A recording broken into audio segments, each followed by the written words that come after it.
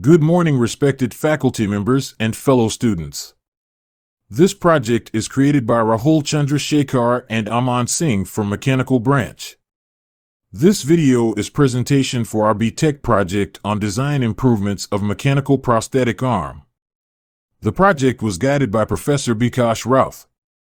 The aim of this project is to investigate 3D printable prosthetic arm designs available on the internet. Study mechanics of arm and hand of a human, calculate all the mathematics of the mechanisms of prosthetic arms of previous designs, finding out the flaws and problems in old designs, creating new improved designs in CAD software, and finally fabricating prototypes using a 3D printer and testing it.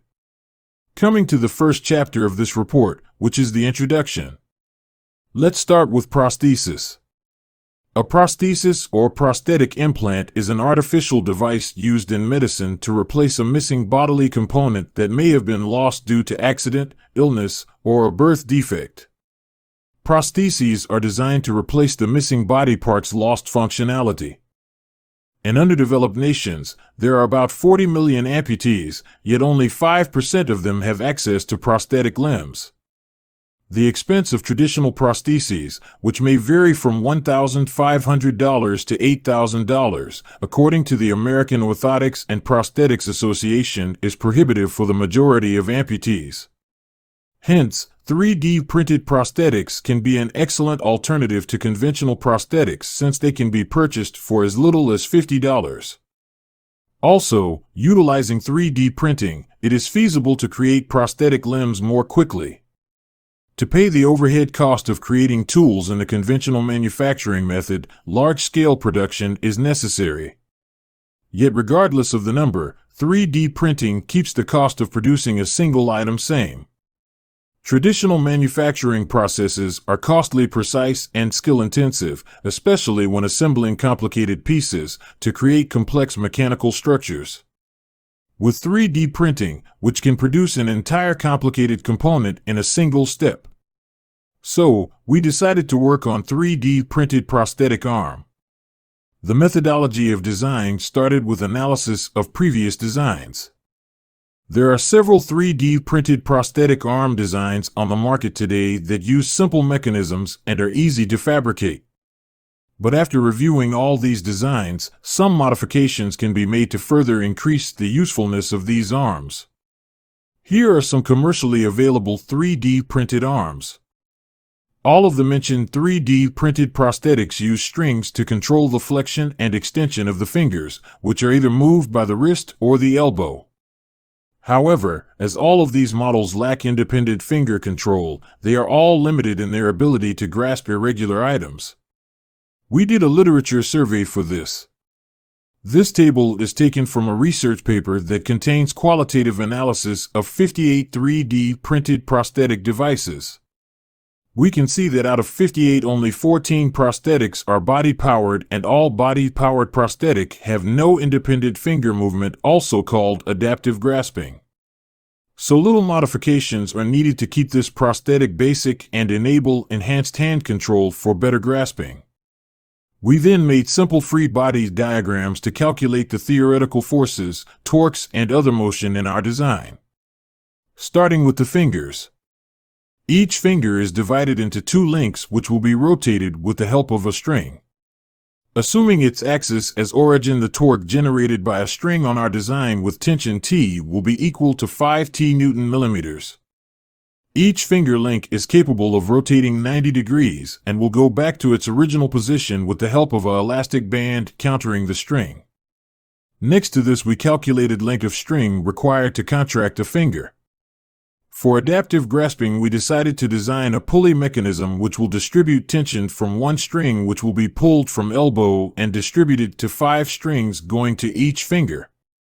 For the following free body diagram, let's assume tension generated by elbow rotation on string equals Te. In a design with equal distribution of this tension on all fingers, tension in each finger are equal to each other.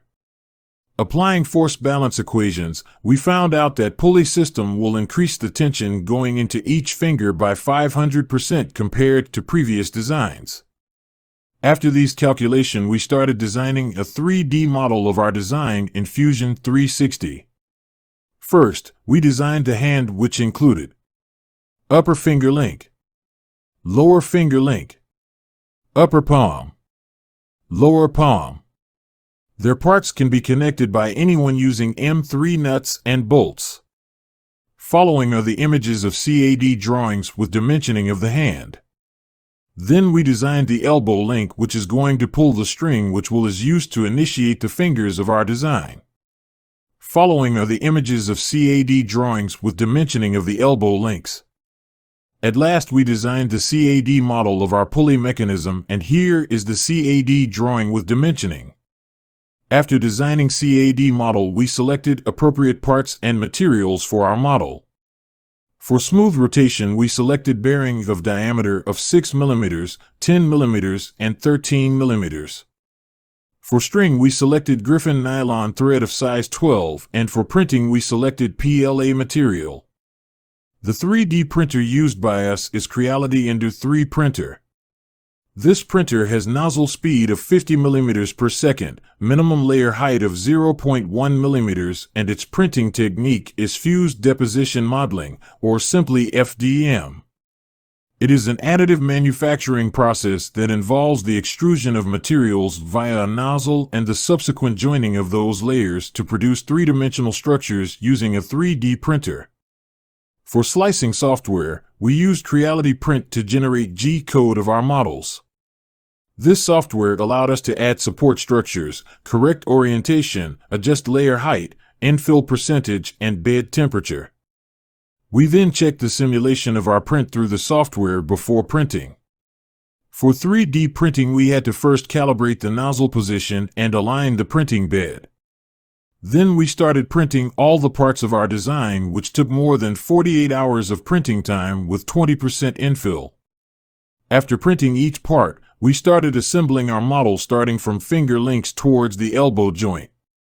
After printing the palm, we tested the adaptive grasping to grab various objects as shown in the video.